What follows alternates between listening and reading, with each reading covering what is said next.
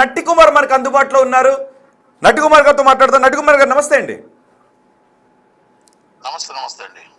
నట్టి కుమార్ గారు, అఖండ 2 సినిమా ఎప్పుడు రిలీజ్ అవుతుందని ఫ్యాన్స్ చాలా ఆసక్తిగా ఎదురు చూస్తున్నారు. కానీ ఒక్కనే సినిమా ఫినాన్సియర్స్ వివాదం అఖండ 2ని ఆపడానికి కారణమైంది. అసలు ఏంటి ఈ వివాదాన్ని ఎలా చూడాలి, ఏంటి ఎప్పటికి ఈ వివాదం పరిష్కారం అవుతుంది అనిపిస్తుంది మీకు? కమ్యూనికేషన్స్ గ్యాప్, ప్లానింగ్ తప్పు, జాగ్రత్త అందరూ షాక్ లో ఉన్నారు. సినిమా ఇండస్ట్రీ మొత్తం షాక్ లో ఉంది. ఎగ్జిబ్యూటర్ షాక్ లో ఉన్నారు, అభిమానులు షాక్ లో ఉన్నారు. Super duper hit cinema, combination cinema ఆగడం అనేది మామూలు విషయం కాదు. అభిమానులు జీర్ణించుకోలేకపోతున్నారు. అభిమానులు నిద్ర థియేటర్ల గడే పడికాపులు కాసి ఇవాళ రేపా అని కూర్చున్నారు. అందుకే నేను ఒక మెసేజ్ పాస్ చేశాను. ఏమని పాస్ చేశాను? మీరు ఎగ్జిబ్యూటర్ల దగ్గర తీసుకున్న 100 కోట్ల దాటి అమౌంట్ అందరు ఎగ్జిబ్యూటర్లకి, డిస్ట్రిబ్యూటర్లకు ఇస్తే డిస్ట్రిబ్యూటర్ ఎగ్జిబ్యూటర్లకు ఇస్తారు. లేదా థియేటర్ డేట్ అయినా సినిమా ఉందని చెప్తే సినిమా వేయండి. రెండింటిలో సినిమా ఎందుకు తీసుకున్నారు? వీళ్ళు సినిమా కోసం ఎగ్జిబ్యూటర్ ఇచ్చాడు, డిస్ట్రిబ్యూటర్ ఎందుకు ఇచ్చాడు? సినిమా రిలీజ్ అవుతుందని ఇచ్చాడు. మన రిలీజ్ అవునప్పుడు, డేట్ అవునప్పుడు డబ్బు వాపస్ చేయాలి కదా. అభిమానులు ఇప్పుడు వస్తుందో అప్పుడు ఒకసారి పెట్టుకుని పోస్టర్లు వేసుకొని అలా ఉంచి థియేటర్ల దగ్గర జనాలు ఉండి థియేటర్ మూత పడిపోయి ఉన్నాయి. 2000 థియేటర్లు ఈరోజు మూసి ఉన్నాయి. ఎందుకంటే సినిమా మార్చాలో తెలియదు, ఇప్పుడు డేటో తెలియదు, ఎవరికో తెలియదు. అనౌన్స్మెంట్ చేయి ఏమని అడిగితే కనివేళ కారణాల వల్ల షార్ట్ డేట్. ఏ షార్ట్ డేట్? ఇవన్నీ ప్లానింగ్ లేకుండా ఇంత పెద్ద సినిమాని, ఇంత పెద్ద హీరో సినిమాని ఇలా రోడ్డు మీద తీసుకొని పడేయడం షార్ట్ డేట్. ఈ సినిమా ఇండస్ట్రీ పెద్దలు ఏం చేస్తున్నారు? సినిమా ఇండస్ట్రీ అందరూ మొత్తం టోటల్ గా ఎగ్జిబ్యూటర్లు వీళ్ళందరూ అభిమానులు, వాళ్ళకి ప్రెస్టేజ్ ఉండదా? ఇది ప్రెస్టీజియస్ మూవీ. బాలీవుడ్ సినిమా ఈ సూపర్ హిట్ మూవీ. ఆయన ఎమ్మెల్యే, హ్యాట్రిక్ ఎమ్మెల్యే, వాళ్ళ బావగారు సీఎం. అంటే ఇంత ఉండి సినిమాను ఆపడం అనేది పోనీ ఓకే, మీరు ఆపడానికి సినిమా బడ్జెట్ ఎక్కువైంది, నష్టం వచ్చింది అని చెప్తే బాగానే ఉంటది. నష్టం వచ్చింది, టేబుల్ ప్రాఫిట్ వచ్చిందా, నష్టం వచ్చిందా? ఎక్కడ నష్టం వచ్చింది, ఎక్కడ బడ్జెట్ అని చెప్పాలి. బోయపాటి చెప్పాలి కదా మరి అందరూ. అంటే సినిమా చేయడమే కాదు, సినిమా రిలీజ్ చేయడానికి కూడా ముందుకు రావాలా, సినిమా డేట్ చెయ్యాలా, డేట్ సినిమా రిలీజ్ అవ్వాలా. ఇదంటే ఇప్పుడు అభిమానులు ఎలాగుంటుందంటే ఒక హీరో ఫ్యాన్స్ చిన్న చూపు అయిపోతుంది. వాళ్ళకి బాధ ఉంది. ఆ సినిమాని ఓపెనింగ్ నుంచి దాన్ని పెంచుకుంటూ పాలాభిషేకాలు, దండలు, కటౌట్లు పెట్టి నిద్రాహారాలు లేకుండా లైన్ కట్టి టికెట్లు తీసి మళ్ళా లైన్ కట్టి టికెట్ తీసుకుంటే వాళ్ళకి ఎంత బాధ అనిపిస్తుంటుంది, ఎంత కష్టం అనిపిస్తుంటది.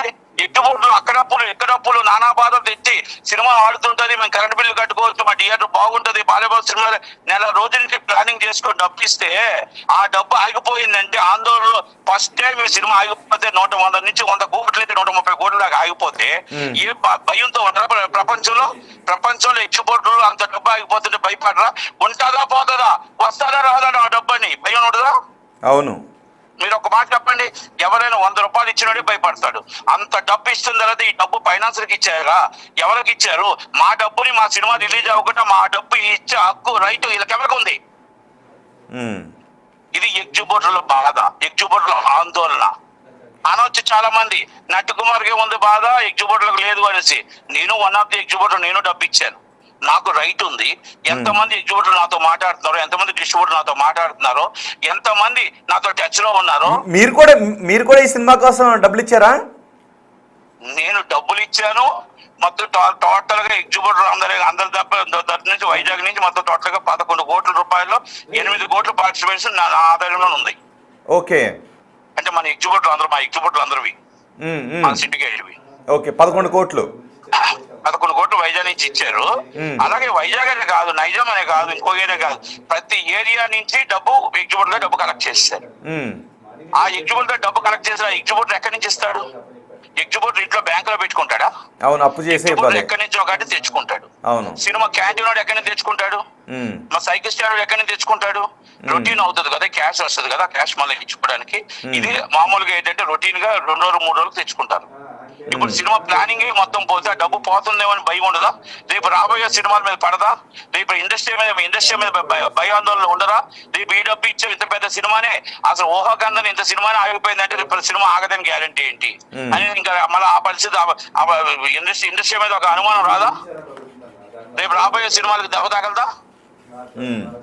అలాగని ఎగ్జిబిటర్లు అందరూ కూడా పాపం ఏమి చెప్పలేక సినిమా లేక థియేటర్ మూసుకొని కూర్చున్నారు.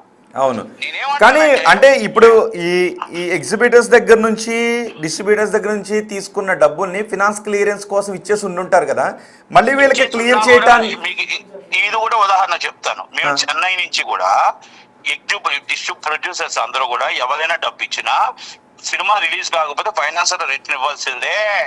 ఓకే, ఇవ్వాల్సిందే, రిటర్న్ ఇవ్వాల్సిందే. ఎవరి డబ్బు వాడుకోవడానికి రైట్ క్లియరెన్స్ ఇస్తే డబ్బు తీసుకోవాలా. ఓకే, ఎవరి డబ్బు ఎవరు తీసుకొని ఎవరు అప్పు తీసేసుకుంటారండి. మేము సినిమాకి ఎందుకు ఇచ్చాం, దేనికి ఇచ్చాం? సినిమా రిలీజ్ అవుద్దని ఇచ్చాం. డిస్ట్రిబ్యూటర్ ఎందుకు ఇచ్చాడు? సినిమా రిలీజ్ అవుద్దని ఇస్తాడు. ఎగ్జిబిటర్ ఎందుకు ఇస్తాడు? సినిమా వేస్తాం మా థియేటర్ ఇస్తాం. మేము వడ్డీకి ఇవ్వలేదు కదా, అప్పు ఇవ్వలేదు కదా. మా డబ్బు తీసుకొని మా సినిమా రిలీజ్ అవ్వకుండా హీరోలు వాడుకుంటారు. వాడుకున్న రైట్ ఎక్కడుంది? ఇది ఇప్పుడు కాదండి, మేము పుట్టకం చరిత్ర ఉంది. అలాగే ఎప్పుడో సినిమాలు ఇంతకు ముందు అయ్యాయి, ఇప్పుడు కాదు. 25 సంవత్సరాల నుంచి అవ్వలేదు సినిమాలు. ఒక్క నరసింహుడు ఒక్క రోజు ఆగింది. హీరో గారు సంతకం పెట్టారు, అదేదో సినిమా అయిపోయింది, సినిమా రిలీజ్ అయిపోయింది. తర్వాత బాలయ్యబాబు సినిమా ఒక్కటి ఆగింది, అది కూడా ఒక్క రోజు ఆగింది, ఆ సినిమా రిలీజ్ అయిపోయింది. ఎప్పుడు కూడా ఇలా డేట్ రాలేదండి. కానీ నట్టికుమార్ గారు ఈ విషయంలో కొంత వేరే ఫ్యాక్టర్స్ కనిపిస్తున్నాయి. అంటే వన్నేనొక్కనే ఫినాన్సెస్ వివాదం, అదే సంస్థ ప్రతినిధులు కాబట్టి ఆచంట బ్రదర్స్కి ఇక్కడికి వచ్చి ఆ డబ్బులు క్లియరెన్స్ చేయండి అని ఆర్బిట్రేషన్ అండ్ కన్సిలేషన్ సెక్షన్లో 9 ఉపయోగించి న్యాయస్థానాల ద్వారా సినిమాని ఆపారు. సో దీన్ని బట్టి అసలు నేర్చుకోవాల్సింది ఏంటి? ఇక్కడ నిర్మాతలు తప్ప, లేదంటే బోయిపాటి వైపు నుంచి ఏదైనా కమ్యూనికేషన్ గ్యాప్ ఉందా నిర్మాతలతో? 100% నిర్మాతలు తప్పు. 100% నిర్మాతలకి 15 సంవత్సరాల నుంచి అవార్డు పాస్ అయి ఉంది. వాళ్ళు సుప్రీంకోర్టు దాకా వెళ్ళారు, హైకోర్టు దాకా వెళ్ళారు, అవన్నీ ఎక్సెట్రా పెట్టేస్తే వాళ్ళకి ఆ ప్లానింగ్ ఉందని తెలిసింటప్పుడు 14 రీల్స్ లో వన్ ఆఫ్ ది డైరెక్టర్స్, 14+ లో వీళ్ళు డైరెక్టర్స్. 14 రీల్స్ లో డైరెక్టర్స్ ఉండేటప్పుడు 14+ కి వస్తుంది కదా, సేమ్ డైరెక్టర్సే కదా. అవును, నెంబర్ 1. రెండోది లీగల్ ఇష్యూస్ ఉన్నప్పుడు 15 రోజుల ముందే కూర్చొని సెటిల్ చేసుకోవాలా. రెండోది పాత బాకీలు ఉన్నప్పుడు పాత బాకీలన్నీ కూర్చొని సెటిల్ చేసుకోవాలా. సినిమాకి డబ్బుకి ఎంత వచ్చింది, ఫైనాన్స్ ఎంత తీసుకున్నారు, ఈ సినిమా నష్టం లేదు. 60 కోట్లు, 50 కోట్లు, 30 కోట్లు, 10 కోట్లు ప్రాఫిట్ లో ఉంది సినిమా. వాళ్ళు చెప్పిన ప్రకారంగా చెప్తున్నాను నేను. ఇప్పుడు నేను మీకు లెక్క ఇచ్చాను, ఇందాక అందరికి ప్రశ్న నోటు పంపించాను. ఆ నోటు ప్రకారంగా ఎవరైనా నా దగ్గరకు వస్తే ఎక్కడెక్కడి నుంచి ఎంత డబ్బు వచ్చిందో నేను చెప్పగలుగుతాను. వాళ్ళకి చెప్పగలుగుతారా? ఏరియాల నుంచి ఏరియాల వేదిగా చెప్పగలుగుతాను. వాళ్ళ అకౌంట్కి వచ్చిన డబ్బు అది. ఓకే, అది అయితే నేనేమంటానంటే ఈ పాత బాకీలని మాట్లాడుకొని ముందు ప్లానింగ్. పెద్ద హీరో సినిమా అంటే అభిమానులకు ఇబ్బంది పడతారు, హీరో ఇబ్బంది పడతాడు, మొత్తం డిస్ట్రిబ్యూటర్లు ఎగ్జిబ్యూటర్ ఇబ్బంది పడతారు. ఈ సినిమాని ఆగకూడదు, ఎప్పుడు జరగలేదు ఎలాగా. అలాంటప్పుడు 15 రోజుల ముందు చేసుకోవాలా, లేకపోతే పెద్ద లెవెల్ సంప్రదించాలా, లేకపోతే ఎన్ని ఉండాలి. ఇప్పుడు కదండి, ఒక బాలయ్యబాబు ఎవరండి? చీఫ్ మినిస్టర్ బామ్మర్ది, బిగ్గెస్ట్ హీరో. ఒక మినిస్టర్ గారి మామ, ఒక ఎంపీ గారి wife, one of the producer. అవును, ప్రెస్టీజియస్ కాదా? వాళ్ళకి ఒక మాట చెప్పుకుంటే ఇప్పుడు యూనివర్సిటీ మాట్లాడుతారు కదా. ఇప్పుడు ఆంధ్రప్రదేశ్ అవినాభ సంబంధాలు లేవా? ఏ హీరోస్ ఇంటర్నేషనల్ సినిమా నేను చేశాను, లింగా సినిమా చేశాను. వాళ్ళు కూడా మనం మాట్లాడుకుంటే అవుతుంది కదా. ఇప్పుడు అవార్డు పాస్ అయింది, రాదు అనుకోవడం. అంటే మరి ఈ ఆచంట బ్రదర్స్ ఉద్దేశం ఏమై ఉండొచ్చు అని మీరు అనుకున్నారు? ఎందుకు మాట్లాడలేదు? లీగల్ గా నమ్మించారు వాళ్ళని. పాపం వాళ్ళు మంచోళ్ళే, చాలా మంచోళ్ళు వాళ్ళు కూడా. కాకపోతే లీగల్ గా నమ్మించేశారు వాళ్ళని. ఎవరినో లీగల్ గా మీకు ఎందుకు అది రాదు నేను చూసుకుంటానని నమ్మించేశారు. అందుకే ప్లస్ పెట్టారు, అందుకే 14 రీల్స్ ప్లస్ పెట్టి అదే పాపం. అదే ఏమంటే వాళ్ళకి వేరే నేను పెద్ద సినిమాలు చేశారండి, వాళ్ళు కూడా కావాలని చేయలేదు. కానీ నేనేమంటే ఇండస్ట్రీ దెబ్బతింటది. ఇప్పుడు మీరు చేయడం వల్ల ఇండస్ట్రీ మీద నమ్మకం పోతుంది. రేపు పండగ రాబోయే సినిమాలు, ఈ సినిమాలకి ఎలాగిస్తారు డబ్బులు? ఇంకా ఎగ్జిబిటర్ ఎక్కడి నుంచి ఇస్తాడు? ఒకప్పుడు డీడీ సంస్కృతి ఉండేది, సినిమా రిలీజ్ అయితేనే డీడీ వాడుకోండి అని ఉండేది.